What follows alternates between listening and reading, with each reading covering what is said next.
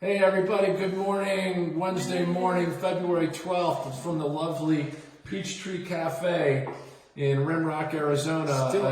Still under construction. Well, I would hope this is not the actual layout. Anyway, guys, this is the third episode of the Peachtree Morning Show. We hope you're enjoying. We hope those of you, you guys are friends in all those countries around the world. I think I saw an email from Lucia Pichardo saying you're watching and drinking your coffee.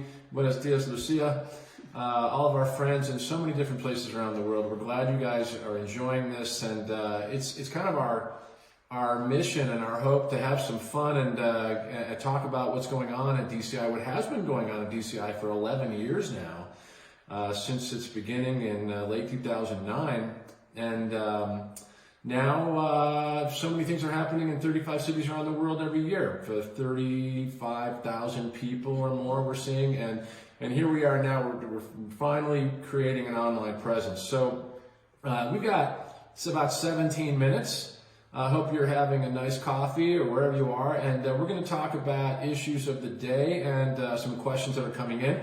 Please remember, we're taking questions up to 30 seconds long. If you send it in vertical, selfie style, to seedquestions@diamondcutterinstitute.com. Send us your question up to 30 seconds. We will consider all questions which are vertical and up to 30 seconds. And we've had some great questions so far from all over the world. Vietnam, Colombia, Moscow, Berlin. So we're going to get to each one of you, Mexico so don't worry. Well, I don't know if we'll get to them on this show. Not on this show, but next show. We'll get you something. And so yesterday we were talking about Victoria's question from Moscow. I think you had something more to say about that. Yeah, in case you want to. Well, the question yesterday was, and we, sometimes we're not going to cover the whole question in one show, and we'll just continue the next day. And I think it gives everybody a chance to think about it. And it gives you guys a chance to write in and talk to each other about it, and we'll share what you guys say about it. But I think the question for Arit yesterday was, we talk about, in DCI, we talk about deeper causes and immediate causes, or apparent causes and deeper causes. Now, the result that we want, or the result that we got, was we're moving a lot of money, our business is doing huge volume, but we're not making a profit. We're doing a big turnover and no profit, which is very common in the diamond business, by the way. So the question yesterday was, you've got this deeper cause that we said was strangely gossip or useless talk, just wasting time about talking about politics and stuff that you can't change, and you're just talking to talk. Mm-hmm. And then we talked about the immediate causes. Maybe you have a good accounting department and you're on top of the P&L and you're keeping good numbers and everything like that. So the question to Arit yesterday as the host was, let's say you have that great deeper seed and everybody in the company is being careful not to gossip about each other and gossip about the world. But you have a lousy immediate seed, like your accounting department's weak, they don't keep good records. Can that deeper seed bypass the immediate seed and create a result? And that's my question. Yeah. We didn't finish yesterday. We didn't finish, and we probably can talk about it from many angles and point of view. But one of the things that I thought is that if a seed opens in 4 ways, right? Personal result, habit, then we have environmental result, and then bigger changes. If a seed manifested in 4 ways, so then if we planted a good seed of generosity, not gossiping, and we have a good collection of seeds, so then when the seed open, the immediate seed will also be good. The accounting will also be good. We will be forced to see a good accountant that does good P&L, and they're all aspect of the company, because the seed is complete and a good quality, they will be perfect. So this is another way to look at this question. Of course, we can talk about it from other angles. Yeah, good. So we have any new question for today? I know we had one that we started out from yesterday. Yeah. We had a lot of great questions come in, and I think we're going to move on to Paul Nguyen, which is a very common name in Vietnam. A lot of our friends from Vietnam. And Paul said he was 55. And did you want to play the video? Or? I will play the video. And so this is Vietnamese, guys. And thank you to our Vietnamese team for giving us quick translations. Paul says, I'm 55, and I'm curious, why is it that I get more energized when I'm helping other people? Sounds simple, but it's a cool question. Okay, let's watch Paul. Here's Paul's video. Just hold it up to the screen. Tại sao khi mình làm việc cho người khác thì dường như năng lượng và sức mạnh của mình nó nhiều hơn, dồi dào hơn. Okay. Right, so he says, I'm 55. I've been listening to what you guys are doing in DCI. We go to Ho Chi Minh City, sometimes Hanoi every year. Seeing thousands of people there, getting a lot of great questions, a lot of really awesome, energetic people there. We love you guys. And Paul says, I'm 55. Why is it that I feel more energized when I'm helping other people? What do you guys think? I challenge you guys. I'm trying to challenge Scott.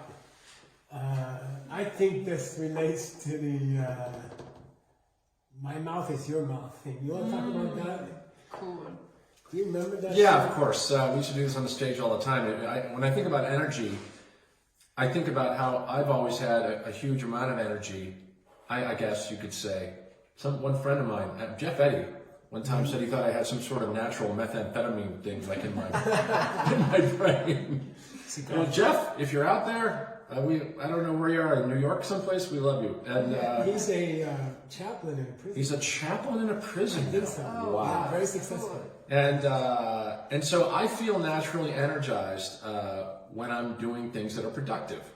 And in all my work prior to this, as a producer, project manager, I spent a lot of time communicating with teams, and I felt really good when I was doing things that I knew were going to help the team be productive. I really enjoyed the interactivity of the team, getting to know and work with people, and that's what we would call a conventional cause. We would say, if I know I'm going to do something which is going to make people happy in obvious ways, and that's something which we would call a conventional cause. And then in DCI, we're talking about cause and effect, hardcore cause and effect, what I can do today to produce a result that I will see somewhere in my reality today or tomorrow or next week, next month. And so now we're looking for what we would call the deeper causes, the hidden causes. And in the ancient sources we use for DCI, we talk about, Geshe Michael was making us recite yesterday Shinto Kokure, which is a way of saying, deeply hidden. And then Geshe Michael just said, what's the my mouth is your mouth thing? So to answer Paul's question from Ho Chi Minh, you got the conventional causes and you've got the deeper causes. I don't mean to dominate, by the way. You guys feel free to jump in. But I would say that based on our system, if I am helping other people and my intention, this is basic cause and effect. If my intention is to do something good for them, my intention is to do something which helps them and makes them happy, then the logical, direct, simple cause and effect would be that I would be more happy, I would be more energetic. And Geshe Michael talked about my mouth is your mouth as a demonstration that he used to do on stage. I was like the mannequin, like the test dummy, like to be the second mouth. And Geshe Michael talked about putting a donut into your mouth and saying that your mouth is my mouth. So it's kind of a way to visualize how cause and effect works, I think. Well, I'll put it this way. Like if I put a donut in if I want a donut, if I want something good, anything, well, we wouldn't call a donut good nutrition, but if we want something good in my life, I've got to give it to somebody else in order to get it for myself. Well, you hear these kind of hippie things, where people say it's all one, and everybody's one person.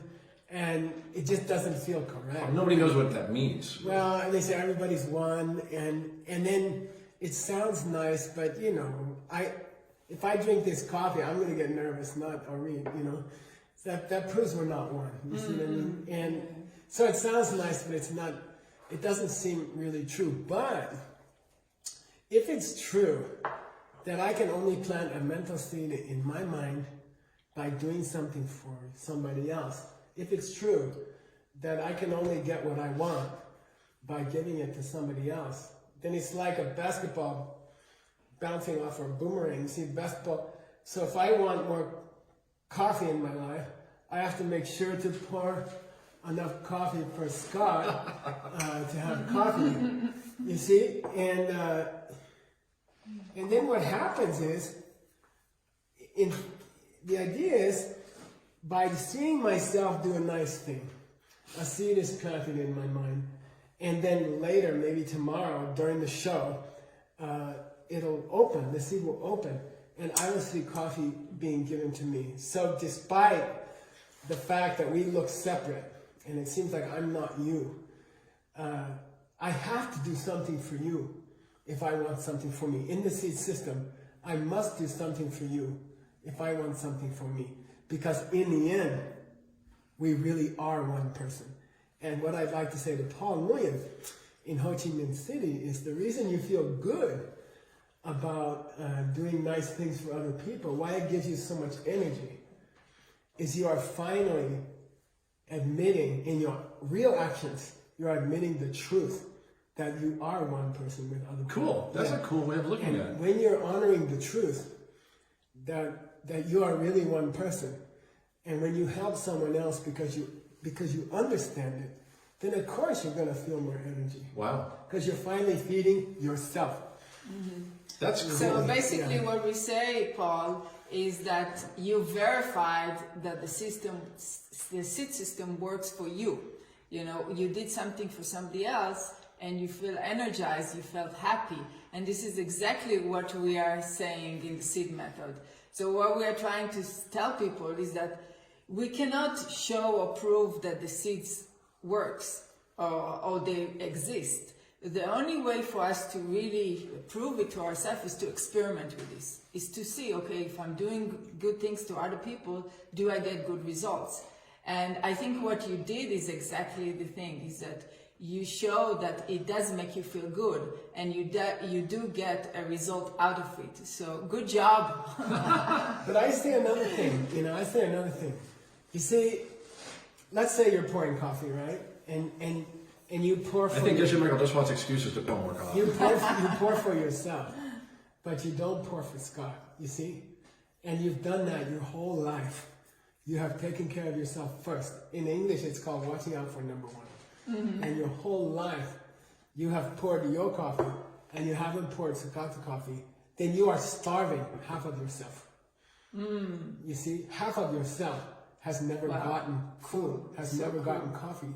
So of course you don't feel energy. Yeah. And then suddenly you say, Scott's part of me, Scott's half of me, and I have to give him coffee too. And suddenly you gave coffee to your whole self for the first time. And I think that's why you feel energy. Hey, you know, we had a press conference. This is super cool. I like that. So when I give somebody else a coffee, it's like, I give somebody else energy. It's like I'm giving it to myself. Yeah, and it's the first time you've given 100% energy to yourself. Because when you're selfish, it's like you eat half the sandwich and you never finish the second half. That's pretty cool. Yes, you starve yourself all the time. All the time. All the So time. you don't have energy. So all the time we are never really satisfied if we just take care of ourselves. You're always undernourished. Wow, that's a really cool way of You're looking always at it. getting half the calories. We had a press conference once in Guadalajara. Actually, it was last summer for local media and national media in Mexico. And it came to me when we were doing that to say something like that along the lines of leadership. Like, you know, if you take a look at people that you know as leaders in your life, I think you notice very often that they have common traits. Like they seem to focus a lot on what other people need. And I remember saying in that press conference, if it's true that everything good I have comes from helping you, then the smartest thing I can do right now is focus on your needs. So it's the same thing. Like, if that's true, logically, then the greatest thing, the smartest thing I can do is to really think first priority, what you need today. And that falls in line with all the conventional leadership philosophy you see a lot around the world, but nobody ever seems to explain it from a deeper perspective. So I'll give you guys a challenge. You know, if it's true, if what Paul said is true, that for the first time you're getting all the vitamins you're supposed to get because you gave half of them to somebody else, you see what I mean? Then what are some practical methods that people can use to get more energy? Let's say That's cool. You know, let's say I don't have energy. I feel tired all the time. I'm taking naps all day, and I can't wake up on time. I don't feel energy. So how can you take this idea of Paul's and turn it into an actual energy method? Like an action plan. Yeah, This is what I like about the seed method. That is, the way you can be creative with that is unlimited. So give us one or two. Okay, let's say some days I don't feel energy. So if Paul's experience is true, and if your explanation is good, that you've been denying yourself half of the vitamins your whole life. Your explanation. What's a practical thing I can do if I'm at home right now and I want to have more energy tomorrow? What's a practical thing I can do? Make a meal for somebody. You know, when you cook, don't only cook for Open a yourself. cafe. Open a cafe, or invite a friend. You know, or give. You know, we have cool neighbors. Sometimes they give us Cookies. they give us cookies. For Christmas, fruit. She brought us fruit. Our neighbors. She said, "I want to bring you something healthy." So maybe our neighbors secretly are watching these videos. Yeah, watching videos. And you know, in all these events in DCI around the world, one of the things that happens a lot is if there's like a public lecture, or I don't know, or a 1 or 2 day intensive, then before and after or in the middle of these lectures, we open the ballroom up or the theater up, and it'll be anywhere from a few hundred to a few thousand people. And in front of the stage, all the DCI trainers will walk down and mingle, and people will gather around and ask questions. And a lot of times people ask really cool questions, sometimes questions that have been nagging at them for years or their whole life. And we see these great looks of relief when they realize there's something they can do about it. And I like to talk to people about two sides of the coin sometimes, I call it. Like, okay, so you just talked about the one side of the coin. What can you do that contributes to... We can do many more things. Right, but we can okay, give many more examples. So let's look at the other side of the coin, just as an example. So if I want to have energy, what am I doing that's taking energy away from other people? Oh, so like I'm gonna so we have a tradition in our home, in the basic home. Arit does the cooking, I do the cleanup. You don't want me around food. I can create a disaster even trying to boil water. And so Arit is the boss of the food. And then like if I leave the place dirty, or I fail to do my job of cleaning up the dishes and she ends up doing it, then I just robbed her of energy. I basically failed to keep a commitment. I did something that she felt like she had to do, she wasn't planning on doing, and that takes her energy away. So now I'm going to go looking in my investigator's looking glass, like where I'm in my daily habits, I'm taking energy away from other people, maybe by interrupting them when they're working and not checking to see if they're actually busy and they have time to talk to me, or if I'm not keeping commitments, like in things that I promised to do, stuff like that. These are practical things you can do every day. What do you guys think? I got some important announcements. We've got 2 minutes left, by the way. Today recently we dug some deep holes outside to check for the water, to make sure the toilet is going to work. And the inspector's here in the today. Peachtree Cafe. The inspector from the government is here today, and I just want to... So Veronica's going to go check outside. This is my partner, Veronica. I'm happy to have her today. She's the co-owner of the cafe, and she's going to check outside and just see if the inspector is coming. And I see him. He's here. Yeah. Oh my God. We gotta try to keep Thank you. Do you have a video for tomorrow? Yeah, I do. I just want to summarize what we said. No, but said. what's a practical thing people can do for more energy? 2 things. Give other people energy in many ways you can. Give them food, do some things for them, take away from their tasks if you can. Whatever you can do in your capacity. Second thing, don't steal other people's energy. Yeah, don't take it away. Be considerate. Don't take. But don't do it from a conventional standpoint. Think about the seeds. Like if this whole system is true, then what seeds am I planting by what I do for other people or what I don't do for other people?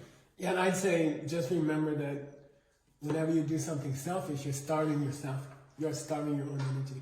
Right. out of time. Cool. So what do we have for tomorrow? Yeah, we have a question So from we have a question Uta. from Berlin. Uta from Berlin. Uta from Berlin. Very Hi cool. guys, good morning. Uta here from Berlin. And my question is, nowadays in the big cities, and certainly not only in Berlin, we seem to have more and more difficulty finding affordable, large enough, sunny space to live and to work in. And after all, our joy in life and productivity very much depend on that. So what kind of seeds do we have to plant to see more of it? Thank you. Nice question, Yay, Uta. wow, That's this a is smart question. very That's something. specific. I And really like it. a lot of people have that on their mind. I mean, a lot of our friends in Hong Kong have been asking the same question, like the problem they have with housing. Big cities. Singapore. Every big city. Every big city. So, San Francisco. We're out of time for today, guys.